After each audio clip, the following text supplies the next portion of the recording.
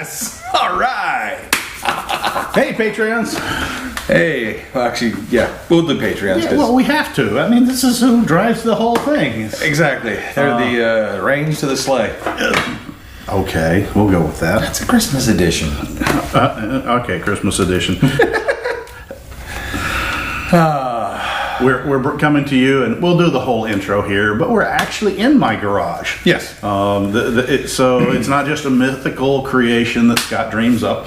No. Although he does dream occasionally, but I dream a lot. No, you're actually sitting on one of my tool carts with all the equipment running.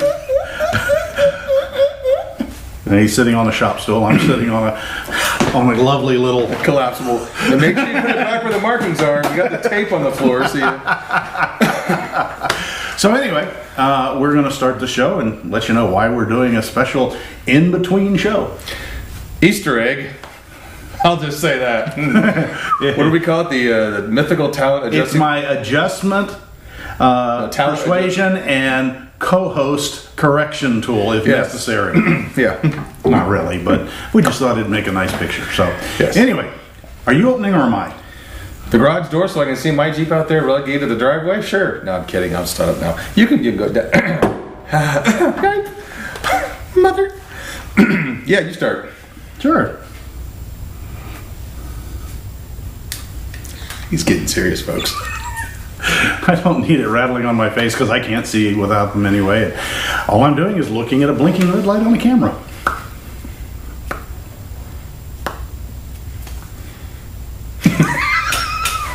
We really are going to start the show. Yes. And Earnhardt to... Hey, Jeeples. Kevin here from On the Trail with Kevin and Scott. We're actually here for a special show. Call it a Christmas show. We're in my garage, literally in my garage. Behind me is slightly altered. We've talked about it, and you guys have heard all about the different builds and the little things that happen. Oh, there goes the adjustment tool.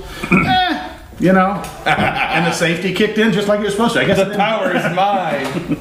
Yeah, go ahead, try it. See how long that lasts. Anyway, I'm Kevin, the engineer, the one who reads the instructions. I've got them over there. I've got books on the shelves, etc. Uses the correct tools and generally follows those instructions. And I'm Scott. I'm the slapstick part guy. That is I don't know. I'm the reason for this extra bonus show, if you will. Yes. So for those of you listening at home, this will be up on the video channel on the On the Trail Podcast YouTube.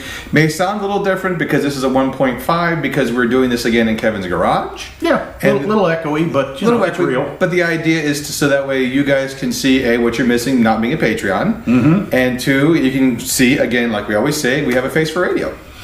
Yeah, there's some truth to that. I do have a question, though. Yes. And speaking of the antithesis of the show, are you Santa? No. You sure? Because we're in your workshop. You got the white beard. You got the calm persona. Just stop right there. Why? It'd make you an elf. Yes! I get to drive the sleigh. Hold on, I'm getting right in there. Okay, he's got the hammer again.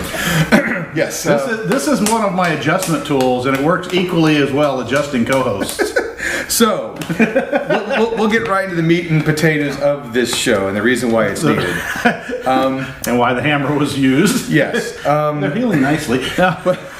We'll go ahead and do No this. co-hosts were harmed in the making or preparations for this video. Yeah, minutes between. But what the point is, though, the only harm that really became was from myself. And the reason why I bring this up is I want to give two shout-outs. One to Zach, who helped. He had the same transmission problem I did. Turns out I had the same problem he did. So by the transient property of the third power, allowing quantum entanglement to thank you, Zach. Problem. Thank you for your help. It hasn't made the noise since, but now I know where to start chasing. And Ed, one of our Patreons, he kind of brought up a good point, which is a very interesting topic for this last show about V8s. And what it was about is, I guess, another Gladiator YouTuber out there.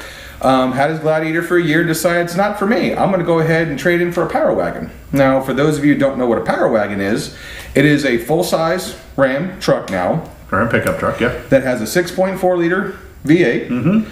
It's got an 8-speed transmission. you see where I'm going with this, kids. We talked about V8s and powertrains eating themselves. It's the same powertrain that's going into the Rubicon JL. For the most part. Now, And the transfer case is different, and the axles are different, but also, let's face it, they're two different vehicles. One is a working truck, and the other is a sport utility vehicle. Yeah. You know? And so I think that says very clearly that the engine and transmission are not going to self-destruct. No. They have a proven track record. And one of the things that I think is very interesting, now going by the 2016-ish numbers, when Dory and I looked at them last, is even though it's a full-size truck with a 6.4 liter, all those kind of neat and a really heavy-duty truck, do you know the tow rating at 2016-17 numbers, guys, so please don't flame me, was around 7,000 pounds. Yeah, that's nominal for a half-ton truck. And the reason being is because of the gears, lockers, the winch that came with the weight of the vehicle itself. the electronic disconnects. So everyone says, you buy a full-size truck for full-size stuff. Okay, you buy a full-size truck, but you can still only tow what the Gladiator can tow. Well, and towing has never been limited by the engine power. And that's one of the things, we've had shows on this before, folks. Yeah. Towing is really and truly based on the braking ability of the pulling vehicle, of the tow vehicle. Can it stop that load safely? And people are like, well, that's why you have trailer brakes. Well, I get that, but that's not what DOT looks at when they set these limits. They assume trailer brakes have failed. Right. And what can you safely stop on the factory brakes in an emergency situation? Correct. So you may have the strongest, most pull a piece of the rock off of the side of Gibraltar, in a drivetrain. But if you got those little skinny brakes, you're not going to get a rating comparable to what your power to pull. Most things will pull way beyond their braking capacity. So when I see guys on the roads with JKs, with 30 foot flatbed trailers towing half a house on it, and see, my Jeep can tow it. Yeah, but can it stop it? Well, and I get tagged all the time now with people going, I want to tow a small camper, trailer, whatever. I get tagged, and everyone says, what do you think, Scott? You did it. And you know what? If you listened to those shows ago, I said, yeah, you can do it. You listen to me now? No. Well, no. You did it okay, but you also went through a few squirrely stops, didn't you? Where the trailer started going, hey, I want to keep going. No, but it was the 18-wheelers going past me on the highway. Did I have a problem with power? Yes, I did. But I had the 3.8 re-geared to 513. It was taxing the vehicle a lot. Now, I drove about 48 miles one way to Disney. Flat land, that was all I would ever do again. Yeah. I did one trip to Georgia with it, never again. For any other trip outside of Florida, any trip more than 4 hours away, I rented a truck. I rented a diesel. Because after doing it one time, I'm like, nope, never doing that again. So my thing is that even with the Gladiator, if you can tow 7,000 pounds, finger quotations, I wouldn't tow much more than 4,000 pounds. Well, it's not starting from a problem. It's not, but I see people with having 28-foot camper trailers that weigh 7,000 pounds. Oh, it did it fine. Okay, not me. And again, it does it fine when all your conditions are fine. Yeah. It's when conditions go sour.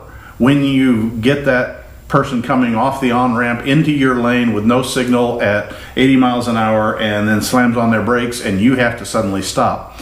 And your brake controller decides, I don't feel like working today. Yeah. Those kinds of situations, it's all about the ability to stop. Second is ability to control, which is a weight to towed weight ratio. Mm-hmm. And lastly then is the power to get it moving. Yeah. There's never really a question of power to getting it moving because you can always move slow. Just think of the old semis that you see in the movies in the 60s and the 70s going up the Continental Divide and just down in first gear and kind of going up at about 26 miles an hour. Fun factoid. Yeah. That's how Freightliner got its start. Because Freightliner, they hauled freight and they were using other trucks and they kept starving for power, so they started designing their own rigs, and that's how they got started. I'm a sucker for old History Channel stuff. But more to the meat of the other reason why we started this and why Kevin has a beautiful hammer here next to him is the show that's coming out, Show 107. Mm-hmm. I have to make an apology about this show. Before he even goes into the show, because he doesn't want to redo the show. No, I don't. The show is what it's going to be, and it's going to be coming out on the 15th. Hopefully, this will be done early, but basically, I try my best not to feed the trolls and get upset. And this is a personal growth moment. We'll share what works for us and what didn't.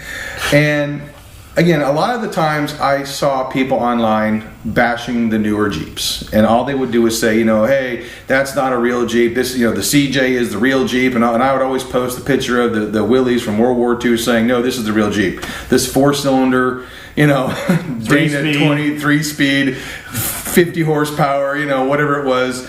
This is a real Jeep, guys. You sit on the gas can. You sit on the gas can. So I found myself feeding the trolls, and I kept using terms like, well, these people out here, and Kevin kind of corrected me. He's like, no, that's a small window. Yeah. Small window of Jeepers. And after we got done recording the show, I realized I said some harsh language, that the old Jeeps were crap. But they're not. They're not. We respect the old iron. Again, I love old iron. I love old Jeeps. I love the history. I love the forward controls. I mean, it's Jeep. It's in my blood. I love it. But I found myself getting frustrated because of a few people that just are closed-minded, and if it's not an old Jeep, it's not a Jeep. Yeah. And that kind of got me on edge, and therefore I took a little bit on the show. And I laugh. When you hear the show, what you don't realize is we had a half-hour counseling session, and I toned him down. Yeah. The point is, I don't care what your Jeep model is. I don't care if it's, an Eagle. If it's got a Jeep logo, it's got that touch to the heritage. Yeah. And let's face it, the new Jeep isn't a Willys. The new Jeeps are new Jeeps, and they have their own strengths, and they're built for this modern age. And I'll be honest, I don't know that you'd really want to commute every day to work in a Willys. No. Be a little cold, be a little wet. I think you rarely, if ever, saw anybody other than movie stars smiling when they drive a Jeep. Well, we were. In John's car, go around the block a couple times. Yeah, even then, though, I saw the smile die a few times when traffic got a little closer. He tried to hit the brakes, and they kind of sort of worked. And trying to hit the gas when it kind of sort of got out of its own way. No, it proves he's human. Yeah. He has pet peeves, and one of them is people who diss other Jeeps. If it doesn't have 1 tons and a built and a V8 swap, it's not a real Jeep. I'm like, no, I think you got that backwards. Well, and that's one thing that a listener kind of brought up, and I'll go ahead and share it with everyone. And someone asked us, well, why don't we talk more about V8 swaps and 1-ton axle swaps and stuff like that? You go on any YouTube channel right now or any podcast, and that's all everyone's doing. Right. When we first started the show, Kevin and I talked about balancing work, family, Jeeping, and all that.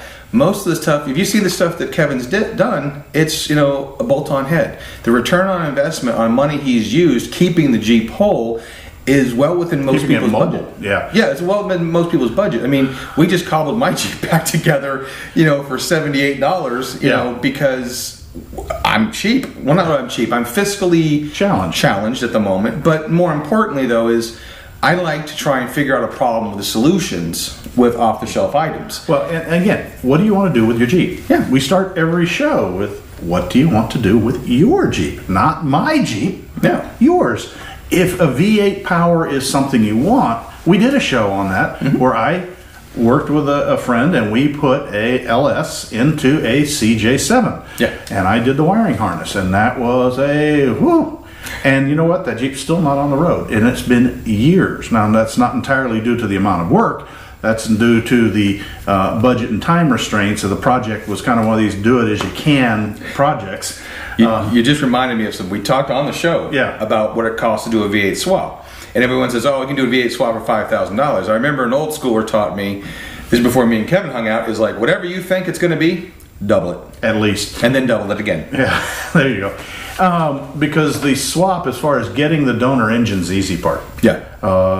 Everything else that goes along with it. And I know there's lots of posts, and I follow a lot of them about, oh, you can get it down to just 4 wires. And that's fine. You can. But can you get the speedometer work? Can you get the gas gauge to work? Can you get, all of the system? Can you get it to pass an inspection in the city or state or wherever you live? So we're not saying it's a bad thing, but the reason we haven't done it on the show is that that's not our Jeep, and we try to bring you first-hand experiences. So, slightly altered, quite frankly, the only part of this Jeep that hasn't seen, the floor of this garage is the transmission. Yeah, it's but the still, pan has. Well, yeah, the pan comes down regularly Yes. For service, and we talked about that just a couple shows ago. But it is as much a custom Jeep as a V8 swap. The engine's been worked over top to bottom, the cooling system, the air conditioning system, the lining, the body, you go on, axles, and we've shared that with you every step of the way. And I'm quite pleased to tell you it's a very competent little Jeep. And I enjoy, and this is why I did what I did, I enjoy going up to trailheads and I'm not so sure you should take this. Well, you're telling me I can't? Well, no, but okay. I'm not going alone. I got the rest of my posse with me, and we go. And funny, at least several of the times, I'm the one pulling the people out. Trail shark over here. So I look at trail riding differently. I'm not about spinning tires, slinging mud. I'm about getting from point A to point B with as little environmental impact as possible. And drama. I had the very fortune to run into John Curry Sr., when he was still with us. Yep. And had a chat with him years ago, and it was fascinating that he and Mickey Thompson and a bunch of the original, Utah off-roaders, the Moab crew, the ones that actually started some of the Baja racing, he said that they actually had a little informal, and instead of who got there the quickest, everybody who spun a wheel lost points. Everybody that damaged a tree or left a black mark on a slick rock, that was a negative, not like today when I see people coming out of the pit. Roaring smoke and everything, and you realize that they have just left another quarter-inch of rubber. And I'm not bad-mouthing those. If that's what you like to do, and you do it in a legal location where it's not a environmental, you're not leaving a mess for someone else to clean up. More power to you. More power to you. That's not me. Yeah. I enjoy wheeling quietly. I love it when we come around a bend and turn up a deer, or other wildlife. We haven't scared it away.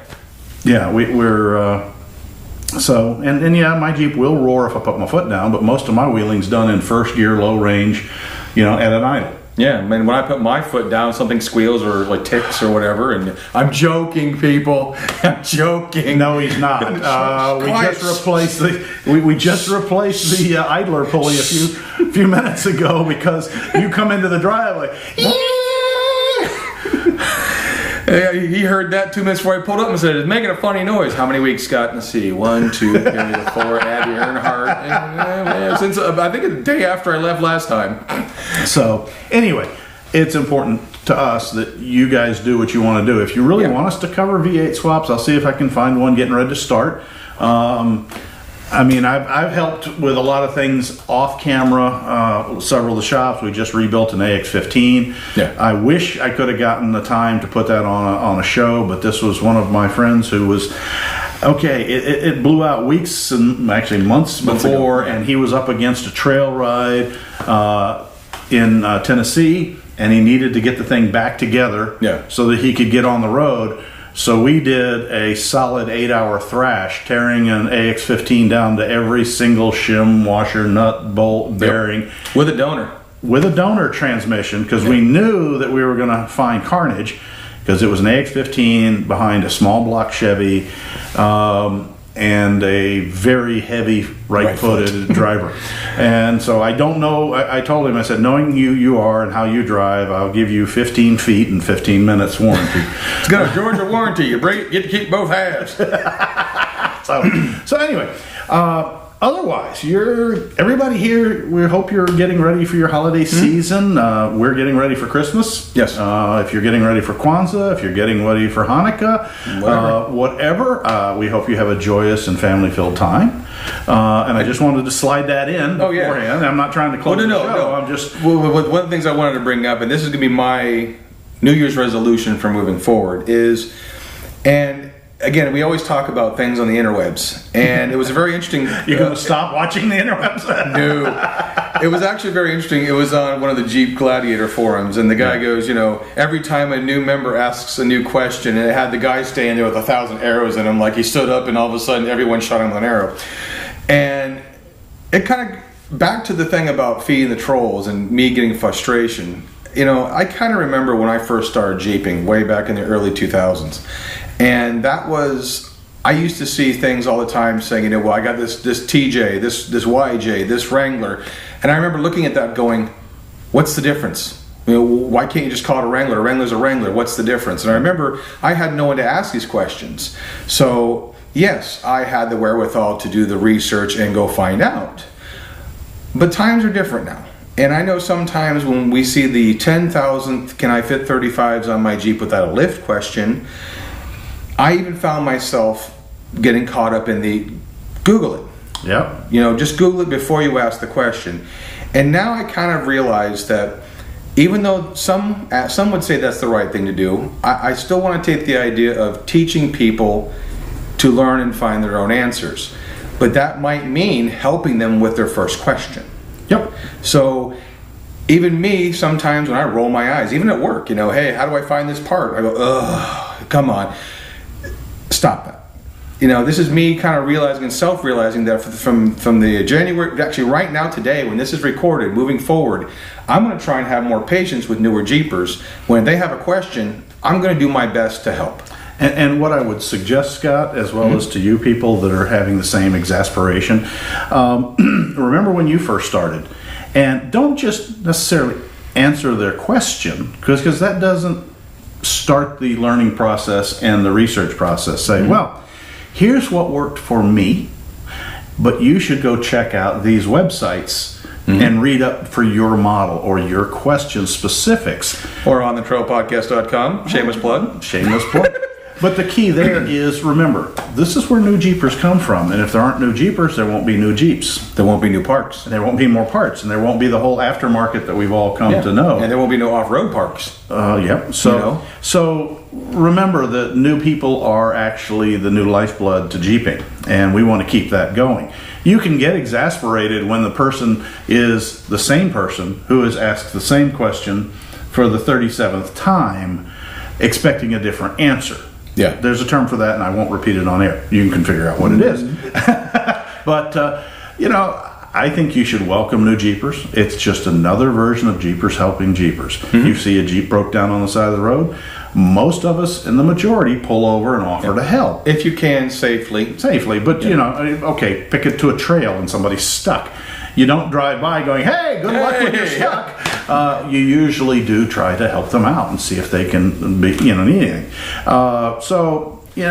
Take those new guys and girls and kids by the hand, so to speak, and mentor them a little bit. Because as somebody's finding out right now, the best way to learn is to have someone ask you to teach. And he just got asked to teach. And I got asked to teach.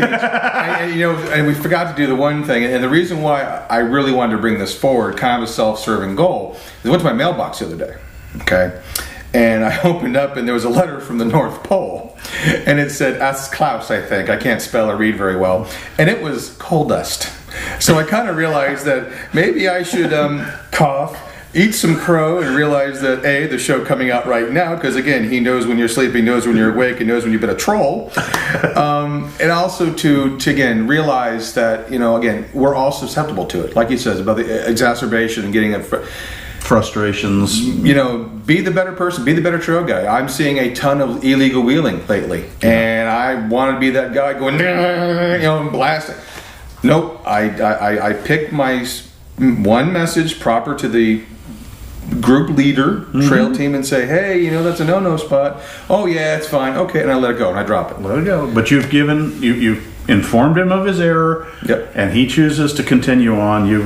That's about all you can do, because unless your salary comes from a certain governmental agency or federal agency,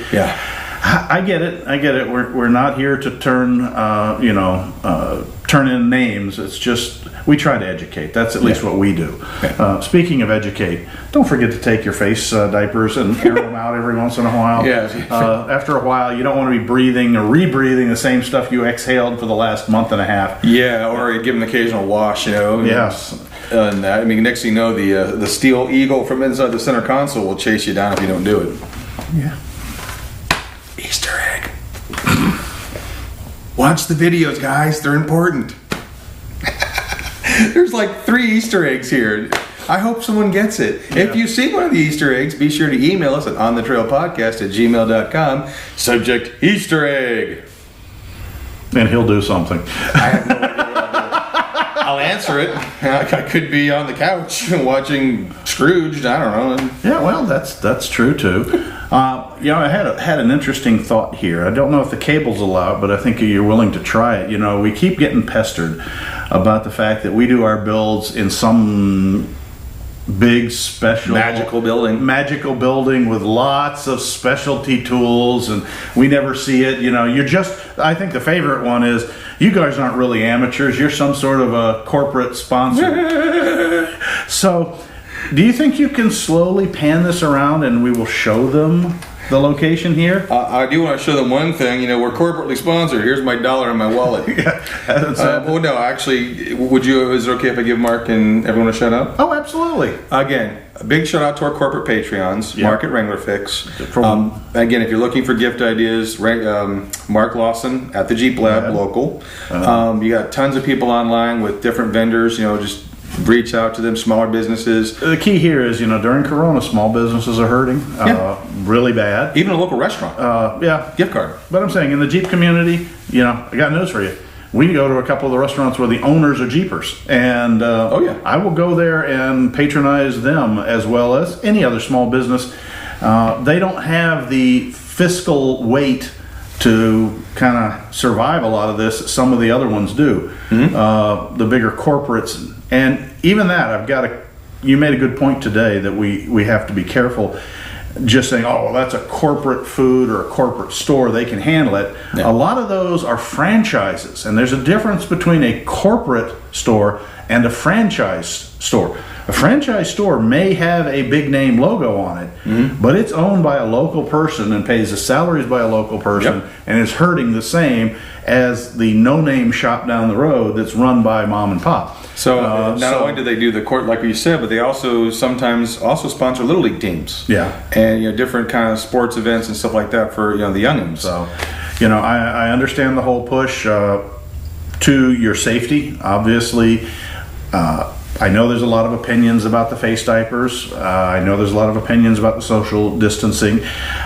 It doesn't really hurt anything, folks. And, as far as I'm concerned, I comply. Yeah. It's easier to comply than even take the energy to complain anymore. Yeah. It's just the new norm for now. And, hopefully it'll change. Hopefully it will. Hopefully it will. So anyway, let's peel back the curtain a little bit. Yeah, this is a special show. Here, I'll stay in frame. I'll let you do. You can pick up the camera is what I was going to say, and then put me in frame. All right. Let's see here. Now we can take a second and give you a little more leash. There you go. Real quick, this is the garage. This is where my Jeep was built. It's really no different. You can see I got the lawn equipment hanging on the wall. Yes, it's a double bay door. Woo! I may fade in and out town-wise, but I'll try and keep the voice up. Let's go ahead. This is slightly altered. He's panning around. Down to the bicycles hanging from the ceiling, the junk on the wall. Let's see, Scott. Kind of my woodworking corner with some of my other tools. This would be the closest thing to the fab area. I'm missing a tool chest because you're sitting on it right now, folks. Lawnmower, more tools, my little welding bench. This is it. There's the welder. It's a 3-car garage, jammed packed with woodworking, steelworking, parts, pieces. But this is the, as Scott puts it, secret garage, at least for the next year. We have plans, as I mentioned before. We're building a new home where I will build a little bit larger facility to let me play a little bit more. Right now, I'm just getting really good at cramming stuff into corners. But this is the garage. This is where we rebuilt the airbox on Scott's Jeep. This is where, we installed the axle video, was shot right out front here. Everything gets done here. If it doesn't fit in here, it gets done out on the driveway. So that's kind of the behind the scenes. Give you the full 360. Scott's going to spin the camera back the other way since the cables. So, anywho. Hey, did I get back in frame? I think I almost did. Yeah, you got close. You kind of put it a little bit. Okay. We'll get you a little bit back into the picture there. So there you go. A whole, 2-minute swing through the little hole in the wall that I get accused of being some sort of palatial palace with a lift and not yet, anyways. All the stuff and the fancy tools. No, this really is a Kevin's garage. Little tiny Kevin's garage. Mm-hmm. So with that, we do hope that you all are having a happy, safe, and I'll say Jeep-filled holiday season. Yes. Of whichever holiday you choose to pursue. Mm-hmm. You got anything else? Closing comments, snide remarks, bad jokes? Tons of bad jokes and cartoon humor. But again, we thank you for every one of you that listen and share the show, and say, hey, check these guys out. We've had people in the past say, hey, check out this show. This is the question you're asking about lifts. There's more to think about than just the lift. Yeah. Like drive shafts, putting new ball joints if the vehicle has more than 30,000 miles. Mm-hmm. You guys have been listening and learning and sharing that knowledge. Thank you. And to the new Jeepers, sharing that knowledge too. So again, a big thank you to everyone. Whether you just email us with show ideas, whether you just listen, whether you download and never listen. Thank you. It doesn't matter. But it does too. It does. But again, we're growth. We like the idea of being genuine people, because that's really what we are. And that's really kind of was more important for me to bring up this little bonus show, if you will, to say, hey, even sometimes I can get caught up in the negativity. But 2021 is coming up, unless the clocks say 13th month, first day of 2020 still, then I'm going to really worry. But again, just be patient with everyone out there. Hopefully everything gets back together and we can go do a Jeep fence. Kevin and I are really maybe trying to get to Windrock this year coming up. Next year, 2021. He's trying to get out of 2020 fast. I'm so fast, man. But again, we have a lot of cool things planned, hopefully. But again, I really got nothing else. I'm very I'm going to throw one thing out there that our Patreons did hear about a little bit. And you're not going to throw this. Okay. No. That was the hammer for you guys listening. No, you put that one away, then I've got to go over and get one of the steel ones. The hammer bucket. No, this is just a little tiny technical that we shared with all of our listeners before, particularly our Patreons, about the camera that we had to keep stopping for station identification, and that's you can't see it, but on our little monitor over here, instead of a battery bar that's going down, down, down, down, down, we now have a little plug shape. Yes! I was able to find a auxiliary power cord for the camera that we're running on AC power. Now we don't have to stop. A USB battery pack. So now we don't have to take a break. Although you probably should give a shout out to our 4x4 Radio Network pals. Oh, yes. See, without that reminder, you've now got completely off schedule.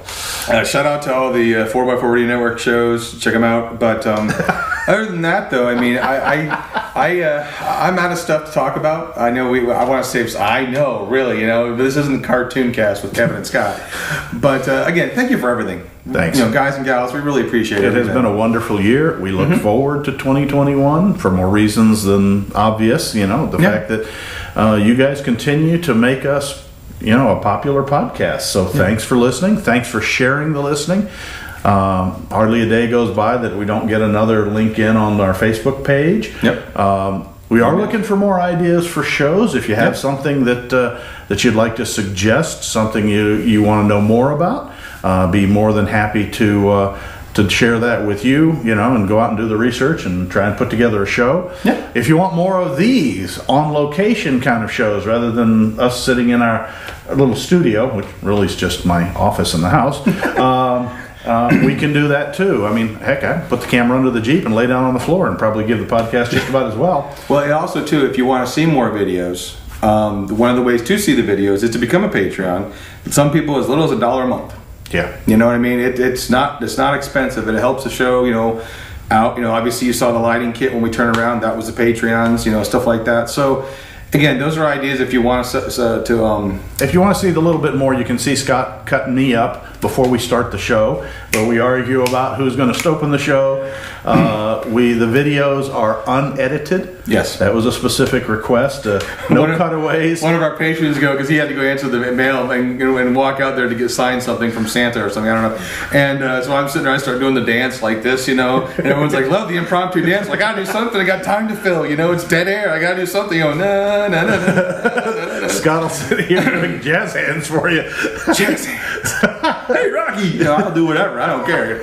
But the point is, though, is that, again, every little bit helps. And to Patreons, they get special perks, you know. Yep. We had a round of Patreon-only stickers. We had a round of stickers and a round of shirts, yep. You know. But, again, those are just ideas. Again, if you can't and just want to share the show, thank you. Send us an email saying, Scott, we love you. Kevin, you're in, which is 90% of the emails. Kevin, thank you so much for your insightful technical stuff. Can you shut Scott up? No, I'm joking. They never said that. No, but the point, though, is thank you. All right, folks. Well, with that, you're going to get this early, obviously, and then almost immediately you're going to get the show that he's talking about. So now if you've watched this video, you're going to know that Scott gets to lose his cool. And we let it stay on video for the Patreons. It's on audio. You didn't take too much of it out when you edited the audio, did you? No, I left the CRAP word in there. Oh, okay. I let it go, and you can. I tightened it up a little bit, but I feel it's true. You know, I don't want to be one of these people that polish too much and have everyone go, you know, well, it's a completely different guy online than that. No, there is no filter here, literally. That's why we have the hammer. And that's all in good fun, folks. Yes. I do not hit him over the head. I usually give him a hand and lift him up out of the hole. Exactly.